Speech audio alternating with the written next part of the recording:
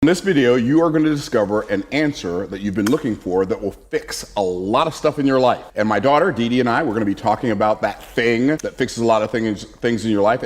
It can fix your focus, it can fix your fitness, it can fix your family, it can fix your finances, fix your future, and it's one thing. And I call it the human being's greatest superpower. She says, I get what you're saying, but it's not the human being's greatest superpower. So we're going to have this conversation in front of you, and we're going to let you vote on YouTube. Let us know who you think is right. And you're probably going to let us know that you think we're both right. We're just right at different times. So here's what it is. Here it is. You ready? I believe that expectation is the human being's greatest superpower. Dee Dee believes that choice is a human being's greatest superpower. And so we're going to have a conversation about, is it expectation or is it choice? I believe it's expectation. She believes it's choice. I believe choice is important. But I don't believe it's more important than that, I believe it's important, but I don't believe it's more powerful than expectation. So, do you want me to go first? Go first. I'm going to go first. The reason I believe that expectation is human being's greatest superpower is because expectation is our ability to see an outcome before it happens. Now, when I say it's your greatest superpower, I don't mean just a positive expectation is your greatest superpower. Whether that expectation be positive or whether that expectation be negative, it is still your greatest superpower. And unfortunately for most people, you've been programmed by what I call the culture hypnotic societal mechanism to use your greatest superpower against yourself. So a lot of times I give reference to a show that was on back in the 80s called The Greatest American Hero. Believe it or not, I'm walking on air. I never thought I could be so free. And that whole thing. And this dude found, these aliens came and they left this superhero suit, and he found it, but he lost the instructions, so he knew how to fly, but he didn't know how to land. So every time he landed, he'd come crashing through a wall. And every now and then in our lives, what happens is we tap into this superpower of expectation, and we get this really great result, and then we revert back to expecting outcomes we don't desire and wondering why we can't consistently and perpetually live those great outcomes like the one we just had. Like if you're a golfer, you'll go to a golf course and you'll shoot like a 76, and then the next time you go, you shoot a 90, and you're like, what happened, right? And so expectation, or you're building a business, you'll go out and you'll make 3 sales in a row, and then the next 10 prospects tell you no, and you're like, what am I missing? So let's dive in. Dee Dee says choice. That's why I believe expectation is your greatest superpower. So how many of you guys have ever had an experience where you're like, something happens and you just know that it's gonna be bad? Like, it's like, this is bad and it's about to get worse. Whether it's like, oh, you're thinking about going to the gym and you're like, oh, this is gonna hurt. You're just like expecting, you know it's gonna hurt, it's gonna be bad, you're gonna be out of breath, you're gonna hear the sound of your own breathing. And it's like all that you're thinking about is how bad it's gonna be. Has anybody ever thought that? It's like, oh, it's time to go to the gym. You're like walking in the gym, your knee starts hurting randomly. You felt fine all day. It's totally fine. Like, this happens to me all the time. Every time I go to the gym, I try to convince my mom we should be going shopping instead. She's like, you can do whatever you want. I'm going in the gym. So then I go in the gym too. But that is expectation, right?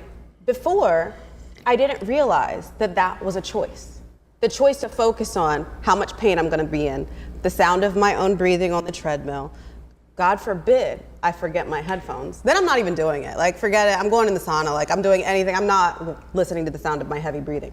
So, with that, here's where choice comes in. I didn't realize I had another way to think about it. Instead of thinking about how bad it's gonna be, I could think about how great I'm gonna feel afterwards. How many of you know you feel great after you get done with a workout? It's like, you're sweaty, but you're just like, wow, I really did that. I'm gonna do this all the time. Do you? Maybe, maybe not. But realizing that there is a choice that precedes expectation. Myron used to always tell me to do things like, I'd be like, I'm having a bad day. He's like, you just need to practice the present. I'm like, I don't know what that means. I have zero idea what you're talking about or how to implement it. And it was the same thing with expectation being your greatest superpower. I was like, okay, cool, but like, how?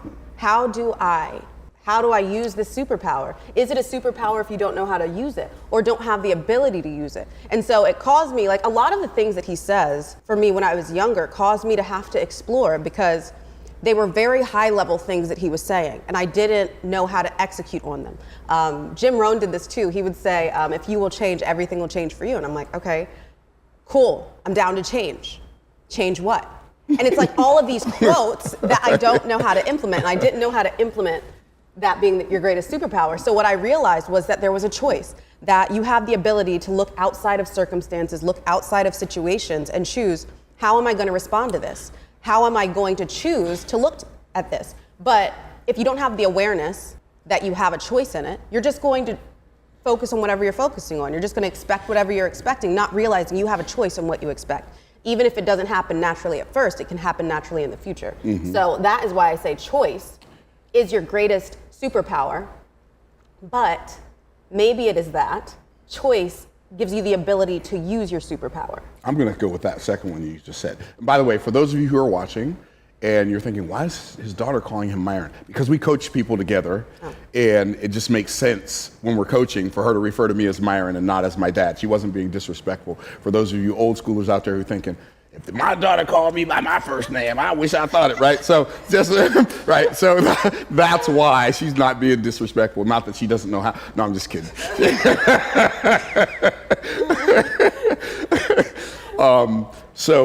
So I believe a couple things. First of all, when I say practice the presence, what I meant by that, and I think you probably already know what it means now. In the presence of the Lord is fullness of joy. And when I say practice the presence, I mean focus on the fact that the Lord is present with you over the fact that you are in such and such a circumstance. Shadrach, Meshach, okay. I don't know what their name was, Shaquille O'Neal and all the rest. No, Shadrach, Meshach, and Abednego, when they were thrown into the fiery furnace, they were so aware of the presence of the Lord that it caused everybody else to see who he was. They were more aware of the presence of the Lord than they were of the heat of the fire. They were more aware of the presence of the Lord than they were of the threat of Nebuchadnezzar, right? So when you look at, like, we're always paying attention to something, right? And so we have to make sure we become intentional about our attention, right? We have to apply intention to our attention, because if we don't, we're going to focus on things that are going to move us further and further away from our desired outcome and from God's desired outcome for us. So I believe that awareness precedes choice. Yes. Like you said, awareness precedes choice. And I believe awareness is the human being's greatest untapped resource, right? Because people think they lack access to all of these different things. When they don't lack access, they just lack awareness of the access they already have. Yeah. Another conversation for a different day. However, I believe we do have to learn how to, we have to become aware of the fact that we have a choice. And then once we become aware of the fact that we have a choice, then we have to make a decision, right? So choice precedes decision. And a lot of people think choice and decision are the same thing, but they're not. Choice means to pick one. To decide means to day, of, or from, side, cut, to cut yourself off from any other possibility. When you make a decision, you're choosing to make a decision. But a decision and a choice are not the same thing. Because you pick one, like there's this truism that isn't true. If 3 birds are sitting on a fence and 2 of them decide to fly away, how many are left? 1. No, they just decided to fly away. They didn't really fly away. No, okay, well, no, if they decided to fly away, they flew away. Now, if they chose to fly away, maybe not. Okay, anyway, I digressed. I know I went down the rabbit hole. Okay. You watched me do it, but I was processing, I was thinking verbally as opposed to thinking in my head. People when you go down the rabbit hole. Does it? Sometimes. Okay. Cool. So that's what I think. I agree with you that choice is important. Well, I mean, because I think it gives us access. You hit on the other thing that's important, which is awareness. And I think that if there's something that everybody can take away, it's to practice being aware, and practice being aware of what you're thinking. And be aware of what you're aware of. Yeah, be aware of what you're aware of. Be aware of what's going on outside of you, within you. A lot of times, what we're thinking about is just like something in the future, and probably if you haven't been practicing using your superpower of expectation, you're practicing thinking, or you're not even practicing, you're just thinking about negative things that are going to happen in the future, and you're worrying about things that are going to happen in the future. And you're doing that all of the time. So becoming aware of what you're thinking is something that you can practice. Like, that's not something that requires a degree. It's just like right now, today, you can start thinking about what 100%. You're thinking about. I don't know what you say it about, but I'm going to quote you. I just don't remember what you were quoting, what you were talking about when you said it. You have to do that purposefully until you can do it passively. Right. A lot of people want to get to be like Myron, which is understandable. He's a great guy. Love him. You know what I mean? But that they don't. They're like, how? You know, it's just like, oh, he's so. And I know that you don't. We don't need to go down the rabbit hole in this. Everybody says, I'm not saying that this is how you see it, but everybody's like, oh, he's such a positive guy. How do I get to be that positive? And he will say, I'm not positive. I'm just aware. I know. Okay, he's not positive, he's just aware. But how do you get like that? It's like, it takes practice. And it takes intention. It takes practice, and then realizing, or not realizing, unconsciously knowing there's a choice, and then deciding, I'm going to focus on this. I'm going to practice the present, as he says. I'm going to become more aware of God in this situation than the problem in this situation. And you do that 100%. on purpose. And if you do anything on purpose over time, it'll start to happen more naturally. And that is how, because I'm naturally a pretty anxious person. I worry a lot. I'm a perfectionist, so I see the problems with everything. And it took Except me, of course, because there are none. Right. Sorry, Dee Dee. No. I didn't mean to throw you off there. Go ahead. It's fine. But it took practice. It takes practice. I think for normal people. So now I'm abnormal. For normal people, we don't just walk around expecting all of the great things, but you can. And if you do it on purpose, if you take the time to practice. And here's how you can know. I used to, it's not just knowing positive quotes and saying positive quotes 100%. and affirmations, and I heard this and I heard somebody say that. It is becoming aware. This is a trick I learned because I was like, I'm saying all the positive things. I'm quoting all of the things. I'm saying, but I wasn't aware in the moment. So if you say a positive quote like, I am capable of amazing things, notice how that makes you feel. Do you feel like that's true, or are you just saying it? And then you feel bad because, like, in your head, after you say, I'm capable of amazing things, you're like, no, you're not. If you're capable of amazing things, you'd be doing amazing things. Welcome to my brain. So it's becoming aware of how you're feeling and then addressing those things too. And it takes practice and practice and practice, which takes being aware. It's aware of, oh, I feel bad. What am I thinking about? Oh, I'm not going to think about that anymore. I'm going to choose to think something different. 100%. I'm going to choose to expect something different. Everything you just said, that whole thing, that whole part she just said, that. Right? And so when I think about like Dee Dee and I, we work together, right? And we work on a lot of projects together. Some projects I initiate, some projects she initiates. If I initiate a project, I usually get this really big idea, right? I'm just keeping it real. I get this really big idea and say, hey, let's do X, Y, and Z. And then she says, okay. And then she will go and she will start building a framework and a process to get to this thing that in my brain, the framework and process is already there. But I forget, am sometimes unaware, since we're talking about awareness, that process that's in my head is not in everybody else's head. And so I'll say something that will be an oversimplification to the people hearing me, but it's just an observation to me, and she'll recognize immediately. Well, you can't just say that because you also have to do this, this, this, and this before you can do that thing you just said. It's really interesting. On the video, the way she came to observe this, I think everybody here who's ever had a parent, get it? Everybody here who's ever had a parent could see the stuff their parents did that they didn't want to do, right? Does that make sense? Why? Because one of the places we get value from, or our values from, is from past perceived voids, right? Past perceived voids is one of the places we get our present pursued values from, right? Another place we get present pursued values from is present perceived virtue, like things that I think are good right now, right? Those are things that I pursue right now. And then future pursued visions. My values are based on my vision of the future, voids of the past, and virtues in the present. That's where my value system comes from. That's where your value system comes from. Hey, thanks for watching this video. I hope you're enjoying it, but I want to take some time to invite you to join us at the Make More Offers Challenge. The Make More Offers Challenge, we do it once a month where I invite a bunch of entrepreneurs or would-be entrepreneurs to come and have me teach them in detail the 4 moves that can scale any business. I want to invite you to join us on the Make More Offers Challenge. Click the link in the description below. You will be glad you did. Join as a VIP and make the rest of your life the best of your life. And now, back to the video you were watching. So because I was an adult when Dee Dee was a baby, right? And then when she was 10 and 11 and 12 and 15 and 17, like I was thinking about different things about her life than she was thinking about because she was living her life. I was living her parents' life. So me, in my mind, my primary objective for her was to protect and to provide for her. Her primary objective is to experience life at the fullest level, right? Those are not exactly the identical objectives. I got a witness on that. I can tell by the smile. But watch this. My daughter became an entrepreneur at a very early age. She worked in my business, but she also had her own side business where she was making $25 an hour when she was 11, right? My son was making $117 an hour when he was 16 or 17 years old. Right? Because I gave them work to do for my clients. I charged the price because I know how to charge premium prices. I would charge the price, they would do the work, and all she had to do was basically load up some CDs, push a button, and then label them, and boom, she's making CDs for somebody. We charge them $1 a CD, and we could do 25 CDs an hour in our duplicators. You see what I'm saying? So that was her job. He would pay her, and then she made $25 an hour.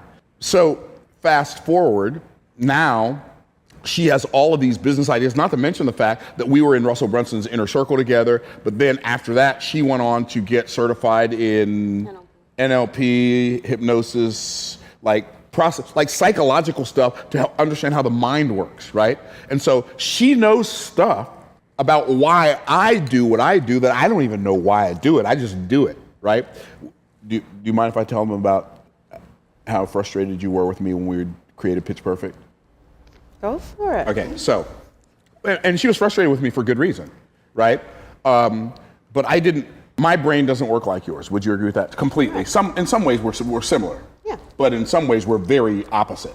Okay, so we created this event called Pitch Perfect, which the first time we sold it for $20,000. The next time we sold it for $25,000. First time we sold, I think, 12 people, I think, at 20,000. So we did $240,000 in sales. That's pretty cool. Well, when we're leading up to it, in my brain, we're going to teach people how to pre-pitch, how to pitch, and how to repitch. Okay, cool. In my brain, that's the event. Like, I'm not exaggerating. That's the whole event. I got it. Okay, I know what I'm going to teach, right? In her mind, we have to break down what is the definition of each one of those things? What are the components of each one of those things? How do we explain those components? How do we describe those components?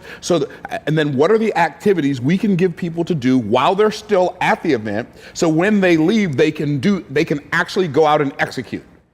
And I think more than that being the way that I think it in my brain, that is the way that it needs to be done in order for what's in your mind to get 100%. Into their mind 100%. And it not to just be a feeling, for it to be like 100%. This is how he thinks about it, so they have the ability to do the same thing. 100%. And because I've been doing it for so long, the things I do intentionally, the things I do intuitively, you have to do intentionally until they become intuitive. Does that make sense? And so if you're going to do the things I do, you have to do them intentionally. But in order for you to do them intentionally, you have to know what the steps are. Well, she wanted to get with me to, she wanted to schedule times to get together to talk about the event or to plan for the event. And when I hear the word plan, he has an allergic reaction. Wow. He has no other allergies in life. Just the word plan. He loses his mind. Plan and detail. So allergic reaction, stuff starts itching. I start sneezing, right? Okay.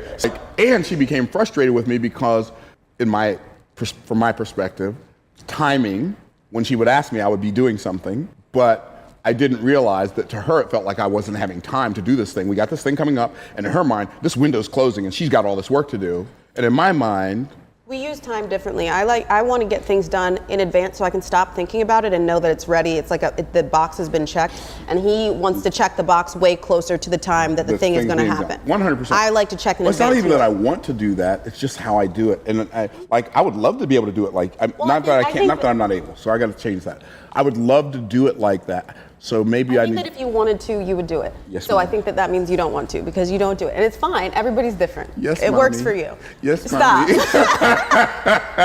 Stop. She told me. Okay.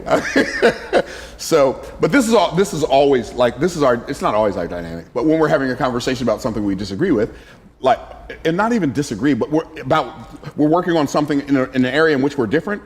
This is our dynamic, right? And so, but it's good. See, I think one of the problems people have, Dan, we think that people have to agree with us about everything and be on the same page with us about everything in order for us to work together. So boring. One of the most important skill sets you will ever learn in your life is to learn how to get along with and work, not just comfortably with, but joyfully with people who are not like you. They're not like you for a reason. Right. Because God made them that way. And I think that the whole thing about everybody being alike and we all have to think the same things the same way at the same time, not only is it boring, it's not real, and God made us all different. So that you can support me and I can support you. So you can be strong where I'm weak and I can be strong where you're weak. All of these people who think differently, you think differently, I think differently, I see things differently, even if the outcome is the same and the yeah. objective is the same. The fact that we see it differently And we take allows two totally different paths to get there. Right. It just adds. It's growth. It's more. It's better. It doesn't detract from. I think that the fact that we see things differently just gives us a more well-rounded circle of the things that we see. 100%. And so back to expectation being your greatest superpower, choice being your greatest superpower, awareness, like awareness of your awareness. All of that stuff is important, but if you will discipline yourself. So, and by the way, why do I say expectation is your greatest superpower? A couple reasons. One, Jesus said, if you can believe, all things are possible to him that believes. He also said, be not afraid, only believe. I got a whole video that I did on be not afraid, only believe. And to my shock and awe, it's one of the most popular videos that I have on YouTube. I'm like, be not afraid, only believe? Really? That's the one that people keep clicking on, right? So, but yeah, I mean, I think that is something, it's a big question. It's one of those things, again, that's like, okay, only believe, but how? How do you only believe? Like, how do you only believe? How do you not have, Lord, I believe, but help thou mine unbelief kind of belief, right? I don't want that kind of belief. Lord, I believe, but help my unbelief. I don't want that. Like, now that I see it, I believe it, like Thomas. I don't want that kind of belief. I want the kind of belief that David had when he said, I had fainted unless I had believed to see the goodness of the Lord in the land of the living. So here's what's really cool. And a lot of people, and so I'm going to give you a little biblical, or I'm going to give you a practical, and you can tell me if this is practical or if it's just practical to me. Okay? See, that's what she helps me. She helps me refine things way better than I refine them on my own. Because to me, I just said it and it was done. And she's like, well, it's kind of on the way to being done. The other thing about you saying it and being done is I think a lot of times people feel like it's done. Right. And then they go and attempt to execute on what they think I said. And then they become frustrated after they were fascinated. Then they become frustrated. And then next thing you know, who knows what. So here's what's really interesting. When the Bible was written, it was not broken into chapters, right?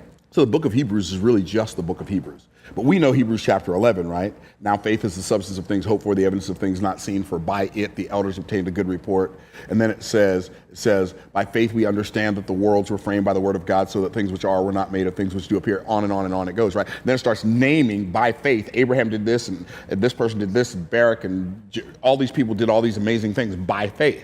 Well, then you get over to Hebrews chapter 11, chapter 12, verse 1, it says, wherefore, seeing we are compassed about with so great a cloud of witnesses.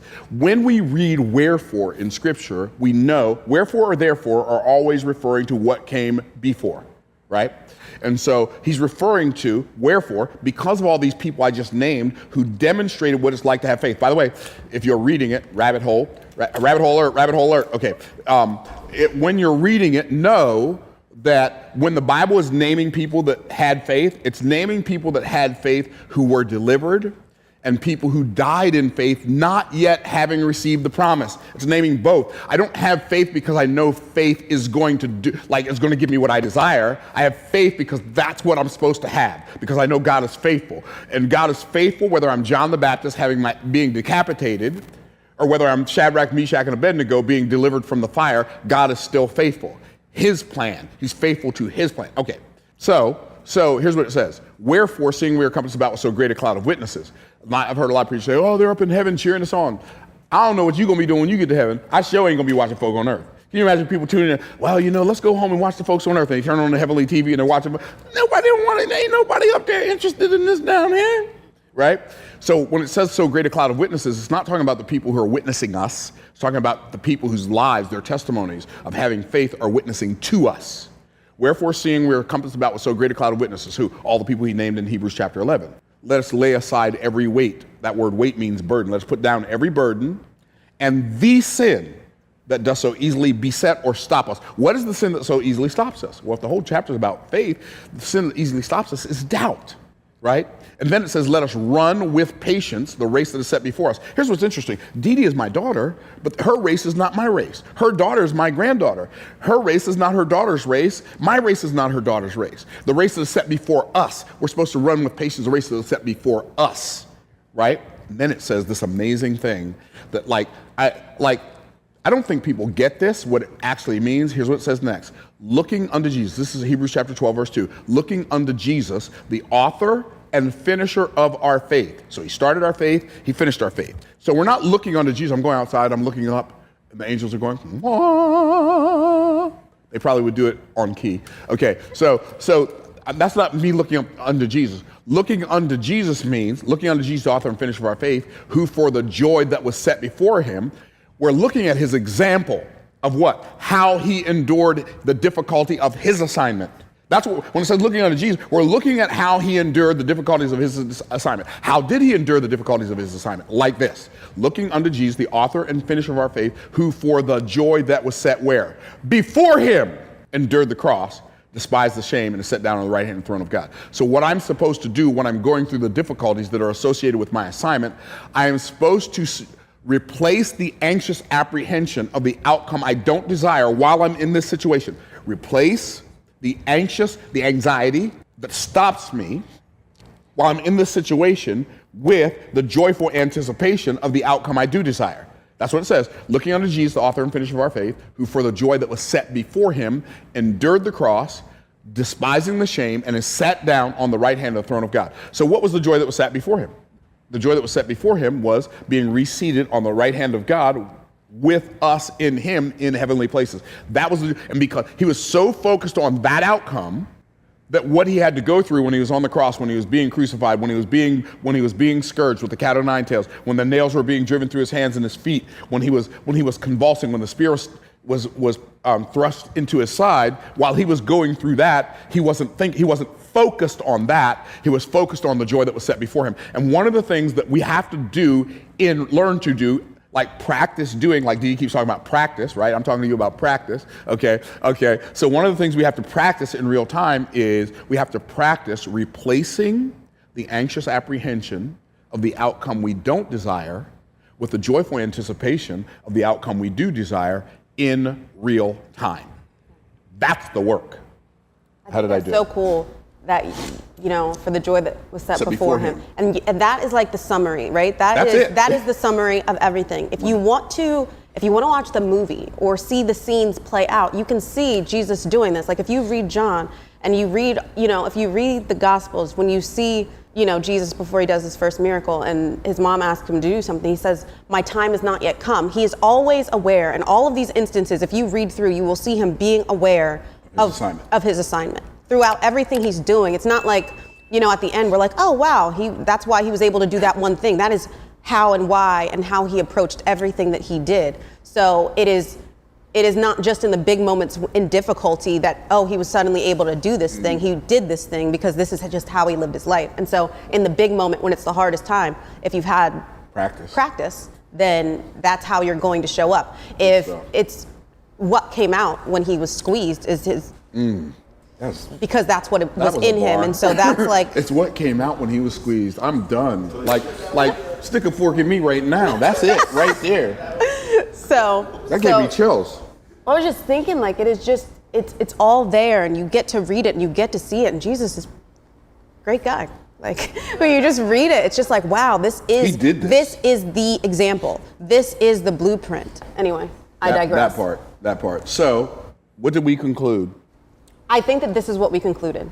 That was a great pre-frame. I think this is what we think this is what we concluded. Just wanted to make sure everybody saw what happened there. Okay, do tell us, what did we conclude? This is what we concluded. It starts with awareness, and then there's a choice, and then there's a decision. And then there's what are you choosing? Are you choosing to empower your expectation, like a positive expectation? Are you choosing to believe that this will work together for your good? Are you choosing that side of things or not? And underlying that is like the aspect of emotion and feeling, and you can feel which one you're choosing. In any given moment, there's that underlying, emotion, energy and motion. There is quality. So is it good? Is it bad? And then there's quantity. Is there a lot of it or is there not a lot of it? But there's different dynamics. But that is the thing that's underscoring this, like. So quality is like inventory, but quantity is like intensity. Yes.